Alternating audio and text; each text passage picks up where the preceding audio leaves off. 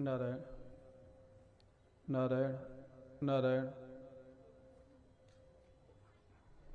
नारायण नारायण। थोड़ा जो विशिल दे रहा है ना, विशिल ये कम करो।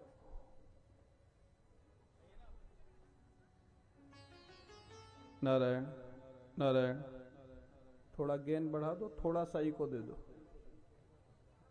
नारायण नारायण नारायण। थोड़ा इको दे दो। नारायण नारायण नारायण नारायण नारायण नारायण नारायण नारायण नारायण। थोड़ा बेस बढ़ाओ, बेस। नारायण नारायण नारायण। ठीक।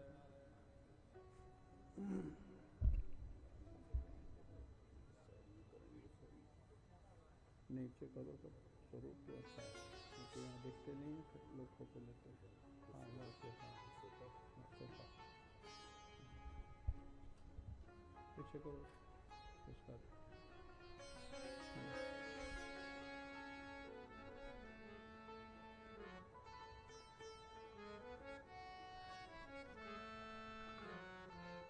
राधे राधे। आप लोग बोलिए प्रेम से राधे राधे राधे राधे राधे राधे। ठंडी नहीं लग रही ना? बहुत अच्छा है।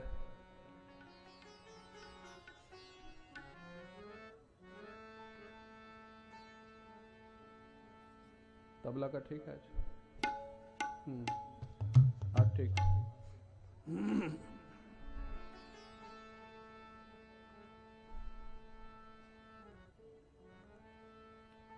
शांतं शाश्वतमप्रमेयमनघं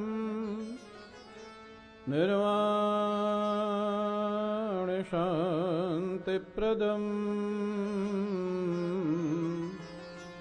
ब्रह्मा शम्भुफणीन्द्रसेव्यमनिशम् वेदान्तवेद्यं विभुं रामाख्यं जगदीश्वरं सुरगुरुं मायामनुषं हरिं वन्देऽहं करुणाकरं रघुवरं भूपालचमणिं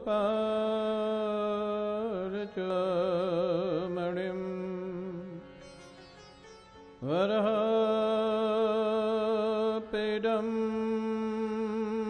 नटवरवपुः कर्णयोः कर्णिकारम्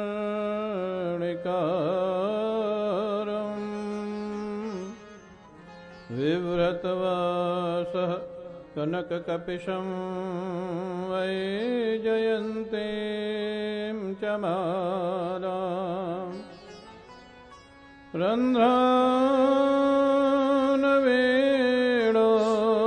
रन्ध्रानवेणोरधरसुधया पूरयन् गोपवृन्दैः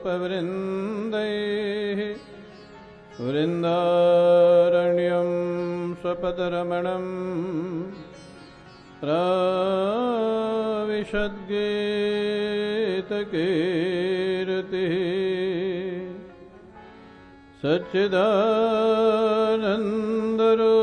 सच्चिदानन्दरूपाय विश्वोत्पत्त्यादिहेतवे तापत्रयविनाशाय